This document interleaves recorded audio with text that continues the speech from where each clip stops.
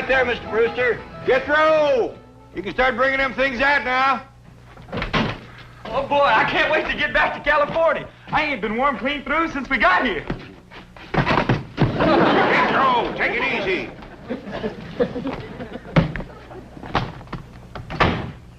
We've been sleeping on a hard floor. It'd be awful nice to get in a warm bed for a change. I'll take it, Jethro. Jethro, I said take it easy. Granny ready? Yeah, she's just putting on her gaiters. I'll bring her right out. Well, I hope you'll come visit us in California. We'd be mighty glad to see you, especially Pearl. Her and Jethrine's coming to stay with us. Let me get my shoe on, you big overgrown moose. You can put it on in the car, Granny. We's in a hurry. We can't leave until somebody finds Ellie Mae. Where is she? She took to the woods early this morning with those 2 timber wolves that she's let sleep under her bait. Yeah, I'll find her. By dog, it's a good thing we're leaving. One more night and she'd be baying at the moon. Now, you 2 rascals has got to stay away from Maggie and her family. You hear me? Is it a deal? All right. Now, don't you forget it.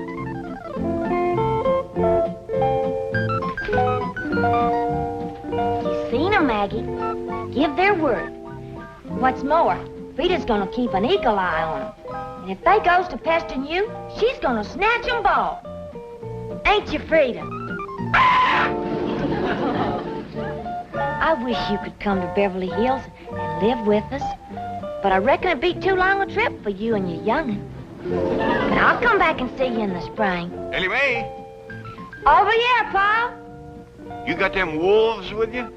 Or they won't pester you none. And that no-biting promise goes for my pa, too. Hello there, Maggie. Ellie, honey. Mr. Brewster's waiting, and we got to pick up Pearl and Jethrine and drive clean to the airport. St. Pearl and Mr. Brewster are getting married? Well, no, not yet. Maybe never. But Pearl's satisfied. Everybody in town's seen him propose to her. Now she can leave town with her chin up and her head thrown back, proud and happy. I'll bet you Cousin Jethrine ain't happy. She says she ain't going to California and leave her sweetie Jezbo to Pew. She's powerful in love with that little feller. Yeah, I reckon Jethrine will do pretty much what her ma tells her to. That Pearl's a mighty strong-willed woman.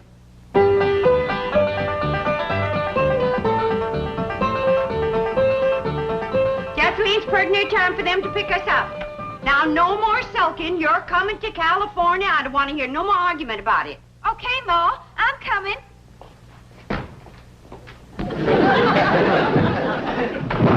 What in the world have you got there? It's the trunk, Ma. Well, I can see that, but what you got in it?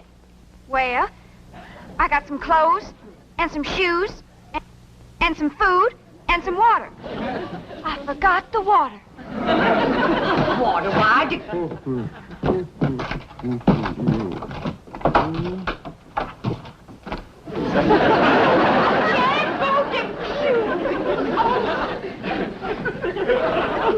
Miss Bodine, that daughter of yours is a mighty strong-willed girl.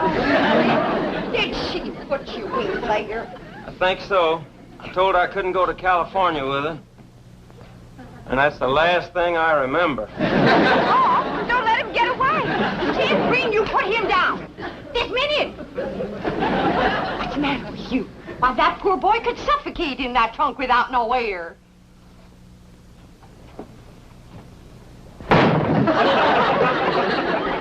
Jethrine, am I going to have to take a switch to you?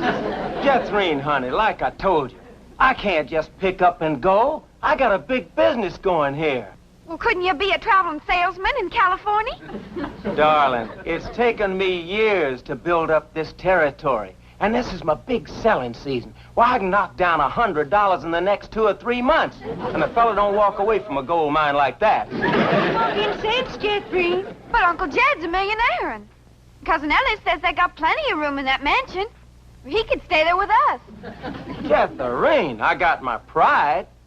Well, I'd rather die than take charity from my sweetheart's kinfolks. Now, what sure you getting right to one another? Of course. And I'll be here when you get back.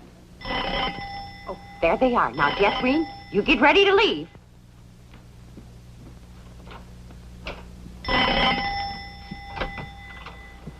A Mr. Brewster, I thought it was my boy Jethro. Cousin Jed come to pick up the suitcases. Well, no, I asked him to let me come for them. Well, you see, this may be my last chance to see you alone for a moment. Alone? You? Me? Us? Why would you... Well, first, I want to thank you for publicly breaking our engagement after I lost my head, as I did last night. Oh, shucks. I didn't mean it when I said yes. It was just nerves and excitement in the moment. Well, you were very sweet about it. Yeah, well, but now that my head is clear and I'm thinking straight, well, I realized I couldn't get married right now. Well, some man would lose a wonderful wife. My goodness, I got family obligations, you know. Why, Cousin Jed's been after me 3 or 4 months to come to Beverly Hills and get that wild daughter of his proper dressed and acting like a lady. I'm going to miss you, Mrs. Bodine. Yes, well, he's in desperate need of me. I don't know what come over me last evening, but now that I had a good night's sleep and my morning coffee, got my wits together, well, I could just laugh at myself for even considering marriage. Mrs. Bodine, I just want to say that I think you're a splendid woman, and I'm sure our paths will cross again. And, well, I'd consider it a great honor if you'd allow me to kiss you goodbye. Kiss me? Well, I hardly think there'd be anything wrong with that. Well, Miss Brewster, is that a new Hattie Pearl? Oh, Ellie Mae, Jeffrey's in there saying goodbye to her sweetie, Jasbo Depew. So why don't you go in and say goodbye to him, too? Huh? All right, I ain't never met him. Jethro, you're just gonna have to get it through your head. I cannot go to California, and that's that. Howdy. Oh, hi, Cousin Ellie. This here's my sweetie, Jasbo Depew. Howdy, Jezbo. And a great big howdy to you. This girl is the cousin you've been telling me about? Yeah, Jasbo. She's the one we'll be staying with in California. Well, poke me another air hole, baby, and let's go.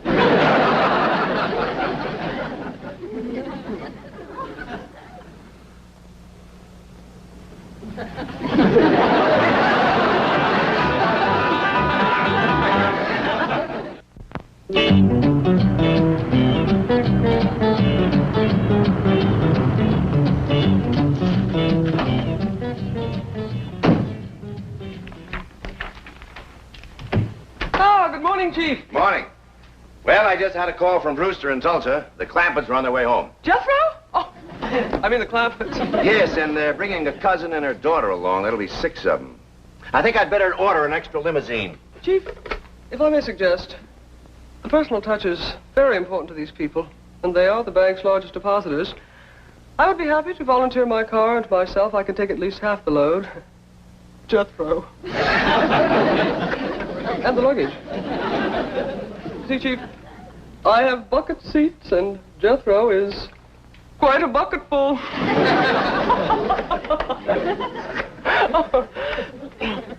How's about 3 apiece, Chief? Fine. We'll be ready to leave the airport about noon. Entendu, mon capitaine.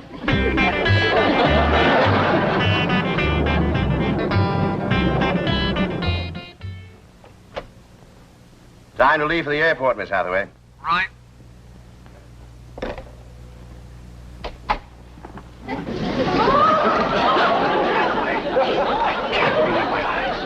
Don't be alarmed, Chief. This is just for the Clampetts. I have no intention of disrupting office discipline with my seductive appearance. What a remarkable change. 3 hours in the beauty salon. Tell me, are you busy tonight? Because if you're not, I'd like you to work and make up those 3 hours.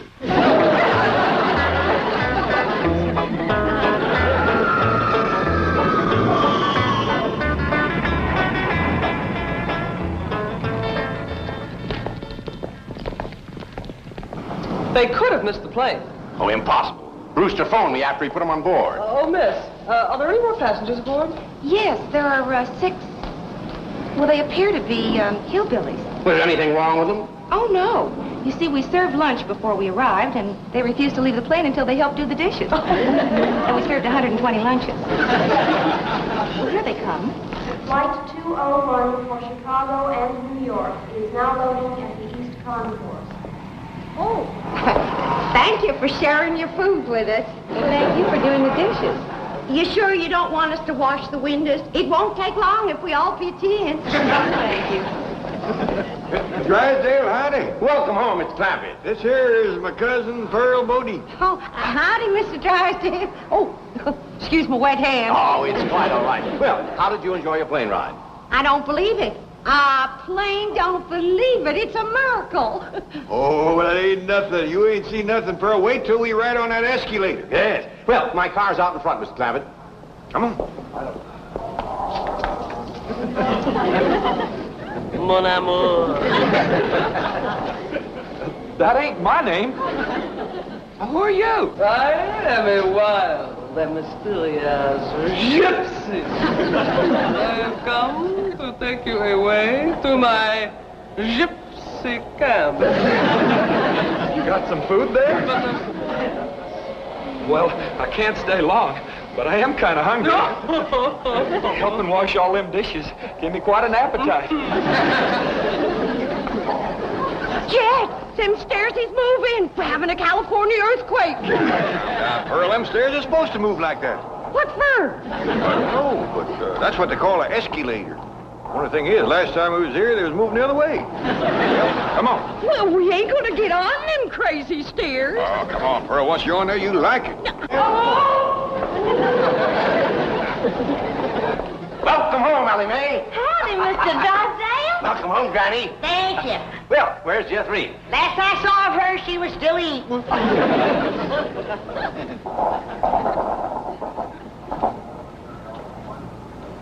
Well, now, that wasn't bad, was it? No, it was fun. Let's go up and ride down again. Oh, no, Pearl. It's fun, all right, but it just ain't worth fighting your way back upstream.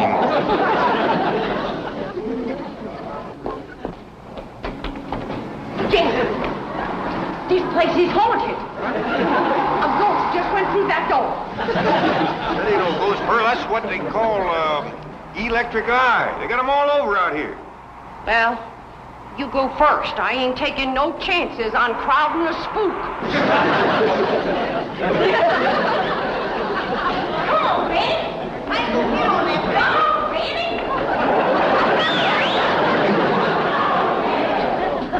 Oh, howdy there.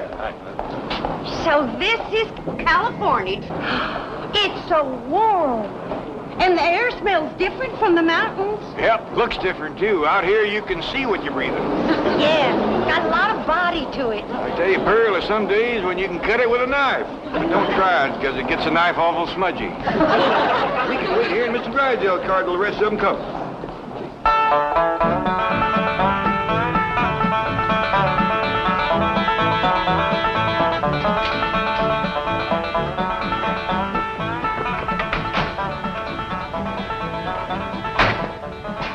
I'll go with Martin and take the luggage around to the service entrance. I can't believe it. I've seen pictures, but I just can't believe it. It ain't real. It's real, Ma. Jeffrey, don't you knock no holes in your Uncle Jed's mansion. Ah, she can't hurt it, Pearl. Wait till you see inside, Pearl. It's the biggest bunch of indoors you ever did see.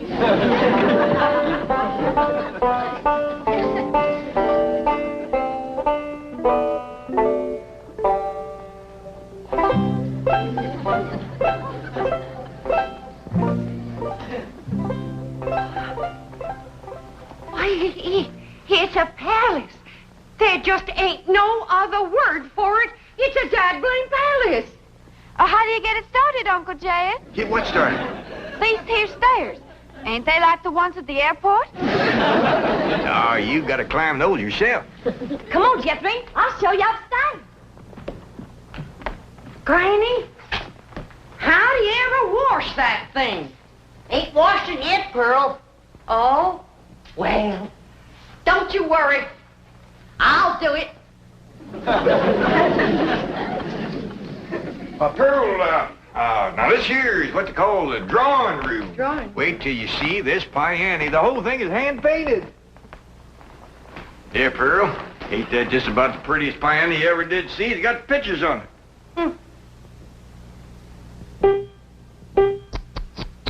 Look at the dust. Granny, did you run up them curtains? No, they was here when we came. Well, as soon as we get settled, I'll run up some new ones. Them windows ain't been washed in weeks. Well, Pearl, you know, it's a mighty big house. It'd take a miracle woman to get it all done. Looks like I come just in time, huh? Where's the kitchen, Jack? I'll show you. 32 rooms in this house, and something tells me it ain't gonna be big enough.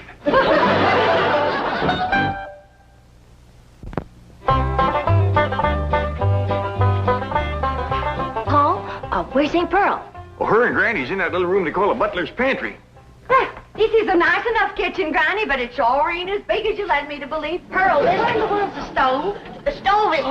This here's the barest cupboard I ever did see, but I reckon if you ain't got a stove, you don't need food. This room. Well, Pearl, what do you think? Well, I think I should have brought my coal oil stove. For your information, Miss Pearl, we got gas. Well, I don't wonder. Eating nothing but uncooked food. Your pump is stuck tight. It ain't been used so long. Pearl. You know, Granny, we got a lot of work to do to get this kitchen in shape. Granny, did you tell Pearl this is a kitchen? I ain't been able to tell Pearl nothing. She won't quit flapping her trap long enough.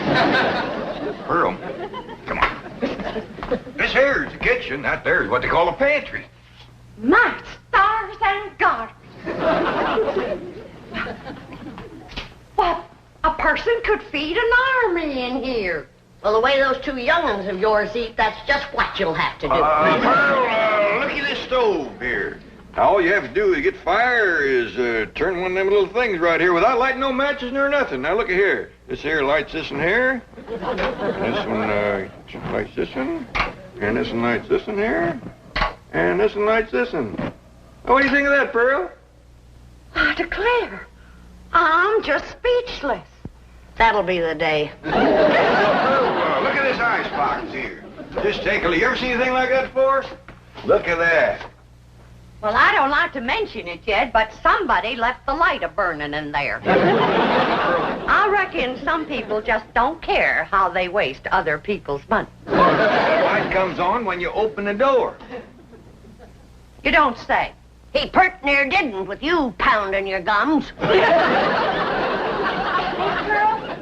Hey, Pearl, Jeffrey wants to know where's the suitcases, especially the big one with the sandwiches in it. But Jethro said he'd bring in the suitcases. Jethro? What happened to my boy? Where's Jethro? Well, the last time I seen him, a dark-haired gypsy woman was taking him away. A gypsy's got him. My baby's been carried off by the gypsy. Don't worry, Pearl. One meal and they'll carry him right back. They might have it a little bit mixed up. Besides, Jethro is big enough to take care of himself. Yeah, Mama's in here. Come on in. My baby, where you been? With the gypsy woman? We stopped to get something to eat. I told you one meal and they'd bring him back. You gypsy kidnapper. I'm gonna snatch you both. Out of the way. What you doing being a gypsy? Just a little harmless fun, Mr. Clampett. When Jethro failed to recognize me, I couldn't resist continuing the masquerade. Ma, this here's Miss Hathaway, Mr. Drysdale's secretary. I'm happy to know you, Mrs. Botine. I have brought your son back safe and sound. Well, thank you. Yeah. Is your hair back? How about staying for supper, Miss Hathaway? Oh, I wouldn't want to be any trouble. Well, I figured with company at the table, there wouldn't be so much trouble. Well, you taste Granny's sweet potato pie. Ain't nobody can make sweet potato pie like my ma. Now, they is both very fine, extra good cooks, but Pearl not knowing her way around the kitchen, I reckon... Oh, well, don't you worry none about that, Jed. I'll have this kitchen put in order in no time. It ain't out of order. Ellie, you get rid of the ants. I'll start the cooking. What ants? Start with your Aunt Pearl. Well, I like that.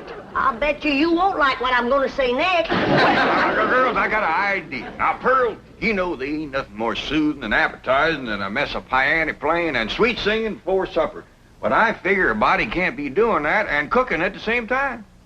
No, I don't think they hardly could, Jed. Right. Now, somebody will get Mr. Drysdale. We'll all sit around while supper's cooking and listen to the kind of music that has made the name of Bodine famous from Oxford to Eureka Spring.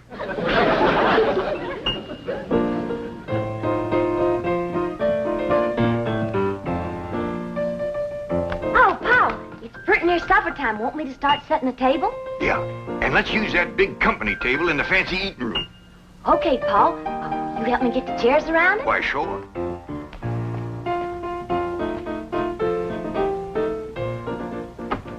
Leave the door open so as we can hear the music. Okay, Pa. I'm kind of glad we got company so we can show off this fine eating table. Yeah, we ain't used it since Thanksgiving. Has Granny figured out a way to get this tablecloth unstuck yet? No, she ain't, Pa.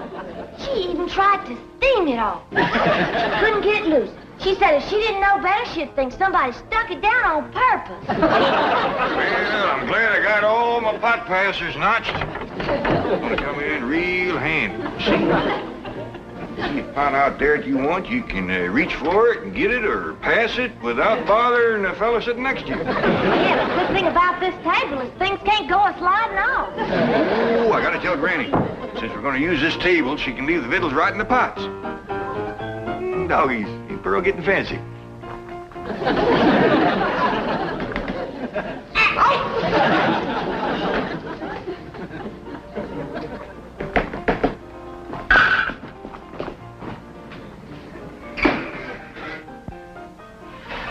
You ever see anybody bake a fluffier pie than that one? Some folks don't know that cakes is fluffy and pies is juicy.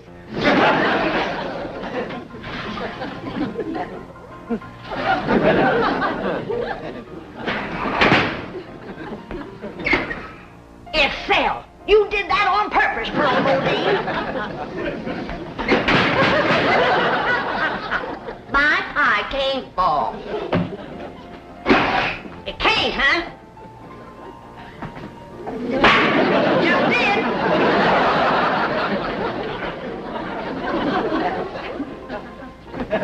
Granny! Pearl, I ain't never heard you play the piano any prettier than you're playing that rabbit. You ain't playing the piano. You betcha I ain't!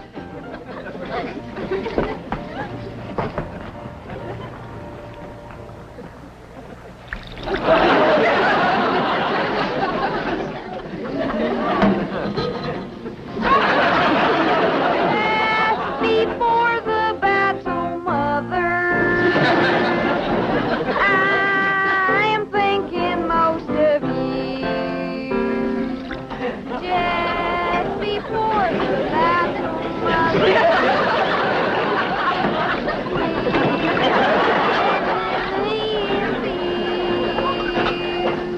How I wish, dear sweet mother,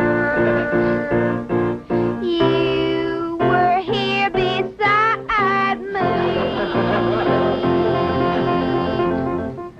I feel the same way, DouglasIrene. Mr. Drysdale, have I got enough money to take everybody out to a nice eating place? Mr. Clampett, with your money, you can buy the finest restaurant in Beverly Hills. Before the battle's over, that's just what I might have to do. Come on, everybody.